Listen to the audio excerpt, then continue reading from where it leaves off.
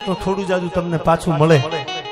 તેથી સુવર્ણ અક્ષરે કવિએ લખ્યું છે કે ગળકોટડીના જગાવાળાએ મૂછની માથે હાથ મૂકી અને એટલું કીધું તું ગોરા આ બાપ દાદાની હતી એટલી વહી ગઈ છે અને હજી બીજી વહી જાય તો પરવા નથી. બાકી તમને સલામ કોઈ દી માઈ કાંગલાને હું ન કરું, હું જગાવાળો છું. મને જીવતાય આવડે છે ને મને મરતાય આવડે છે. રાકાયું કરીને જો ગરાહ રાખવો હોત ને તો આ લીલા માથાનો ગરાહ હું જવા ન દઉં. પણ સલામ આજે ન કરું અને સલામ હું કાલે ન કરું. આ સમર્પણની કથા છે. ભાગવતનો ખોળો છે, ભગવાન કૃષ્ણનો ખોળો છે.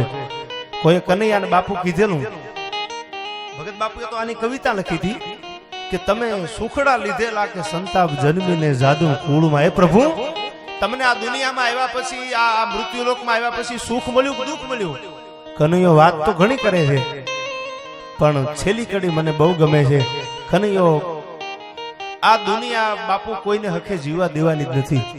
આ વર્ષો પહેલા ભગવાનની વખતનું આલ્યું આવે છે. ભગત બાપુએ કીધું છે દુનિયા ટણા દોરંગના તમે ધોખા કદી ધરશો નહીં. જો તમારું પન્નું હાલી જાય તો આના દુનિયા એમ કે અમને ખબર જ હતી તમારું હાલવાનું હતું. અને જો બાપુ ઉલાળીને હેઠા પડો તો એમ કે અમને ખબર જ હતી તમે ભૂંડીના લાગવાના હતા. આ દુનિયા ટણા દોરંગના તમે ધોખા કદી ધરશો નહીં. ચૂંટણીમાં ટિકિટ મળી જાય, જીતી જાવ એટલે એમ કે અમને ભરોસો હતો તમે કોઈ દી હારો જ નહીં. અને જો ચૂંટણીમાં ટિકિટ મળે ને બાપુ હારી જાય તો એમ કે અમને ખબર હતી કે તમે ભૂંડા લાગવાના હતા પણ તમારો ઉપાડો એવો હતો એટલે અમે તમને ના નો પાડી. ક્યાં આ દુનિયા બે રંગની છે બાપુ. છડ્યાય નથી હાલવા દેતી ને પાળાય નથી હાલવા દેતી.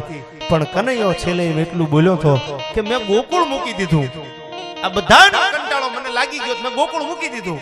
મને ગોકુળ મૂકવું ગમ્યું નથી. ભગત બાપુએ કવિતા કીધી છે. શું કીધું? એ જી મને આભારે એ ગોકુળિયાનો ગારો રે રજવાઓ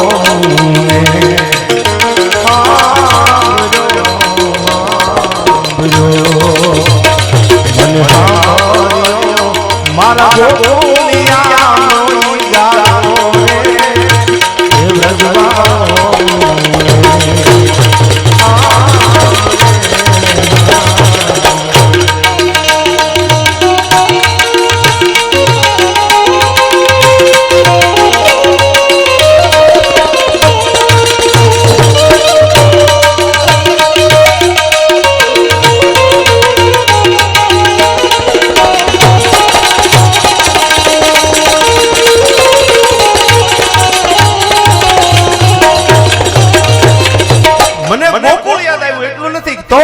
મને મારા ગોકુળનો ગારો હજી સાંભળે છે. મને સાંભળ્યો ગોકુળિયાનો ગારો પણ વ્રજવારો મને સાંભળે. મારું ગોકુળ ભૂલ્યો નથી પણ હું મજબૂર હતો. અને સાહેબ સમય માણસને મજબૂર બનાવી દે છે.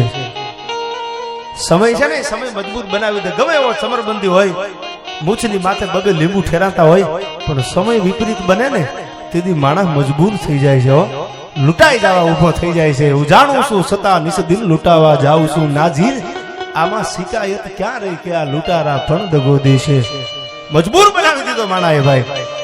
અને કનૈયાને છેલ્લે કીધું કનૈયા હવે કે ગોકુળે મૂકી દીધું. પછી ક્યાં આવ્યો? મથુરામાં આવ્યો.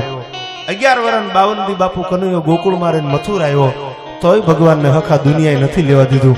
એટલે તમને થોડું જાજુ દુઃખ પડે તો એવું ન માનતા કે આ દુનિયા જીવવા નથી દીધી, ભગવાનને નથી હક લેવા દીધું. એમાં આપણને ક્યાંથી લેવા દેવાના છે ભાઈ? આ લોહીના પીનારા તેદીએ બાપુ ભેળા હતા ને હજી એ ભેળા છે.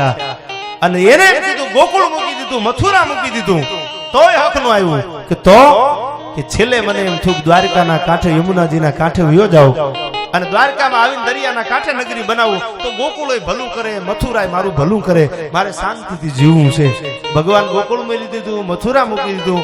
છેલ્લે દ્વારકામાં આવ્યા અને દ્વારકામાં આવીને પોતે મંદિર બનાવ્યું. હોનાની નગરીનો રાજા બની ગયો. આ બાજુ જરાસંધનો હુકમ છૂટ્યો ભાઈ, જાઓ કનૈયાને ગોતીને મારી નાખો. હવે ક્યાં જવું? આ તો દરિયાનો કાંઠો આવી ગયો, હવે જાવું ક્યાં? અને પછી ત્યાંથી કવિતાની શરૂઆત થાય છે. કનૈયો બોલ્યો છે તમને મને દુઃખ પડે અને કોઈ હક ન લેવા દે તો આહુડા પી જાયજો. ઓલાને નથી લેવા દીધું એમાં આપણને ક્યાં લેવા દેવાના છે? શું કહે છે આ કવિતા? કે ગોકુળ તજી મથુરા કી સાગર કિનારે જઈ જા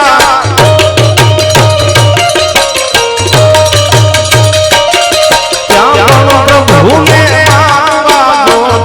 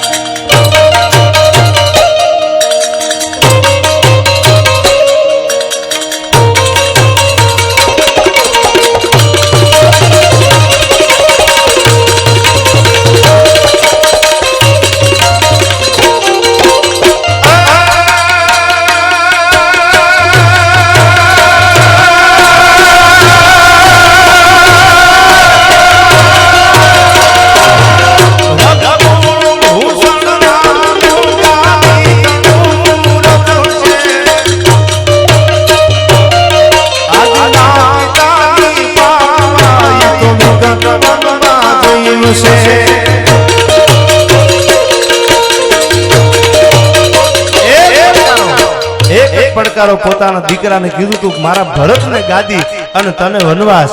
એ મોઢામાંથી બાપના મોઢામાંથી પડ્યો બોલ રામે ઝીલી લીધો કે મારો બાપ બોલે અને એમાં ફેર ભગવાન કીધું ગોકુળ મેલી દીધી, મથુરા મૂકી દીધી, દ્વારકાના કાંઠે આવી અને દ્વારકા બનાવી, તોય મને હક ન લેવા દીધું. જરાસંધનો હુકમ છૂટ્યો કૃષ્ણને ધબેડી નાખો. પછી ક્યાં જાવું? પ્રાચીના પીપળા હેઠે જ્યારે હુતેલો અને ઠણા પર જેથી હુતો તો હવે 14 બ્રહ્માંડનો રાજા હોય, આખા બ્રહ્માંડનો અધિપતિ બાપુ ભગવાનને ખબર ન હોય મારું મોત કેદી છે, પણ નક્કી કરી લીધું તું હવે આ દુનિયામાં નથી જીવવું, આ દુનિયા મને નહીં જીવવા દે.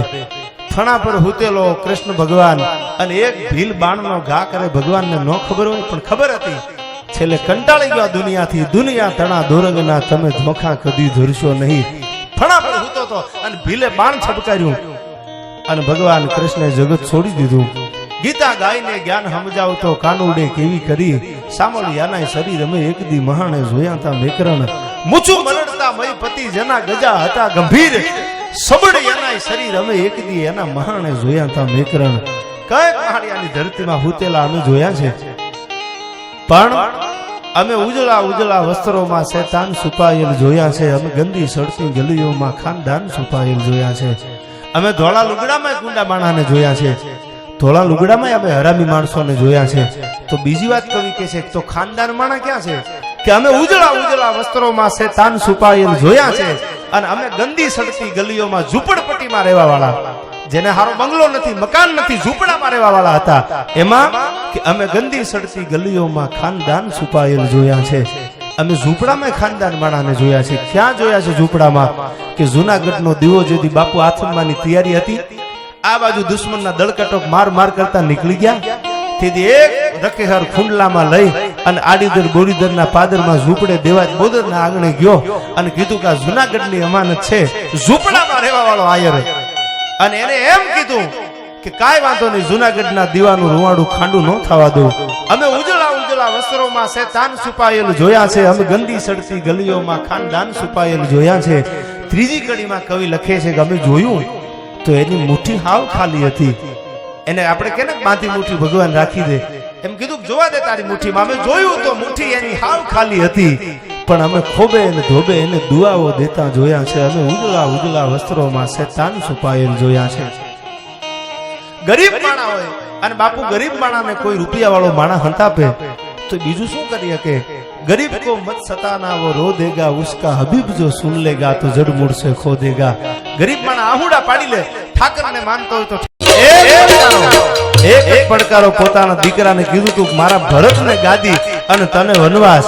એ મોઢામાંથી બાપના મોઢામાંથી પડ્યો બોલ રામે ઝીલી લીધો કે મારો બાપ બોલે અને એમાં ફેર પડવા દઉં તો રઘુવંશની મર્યાદા રાજે. એટલે કવિ કહે છે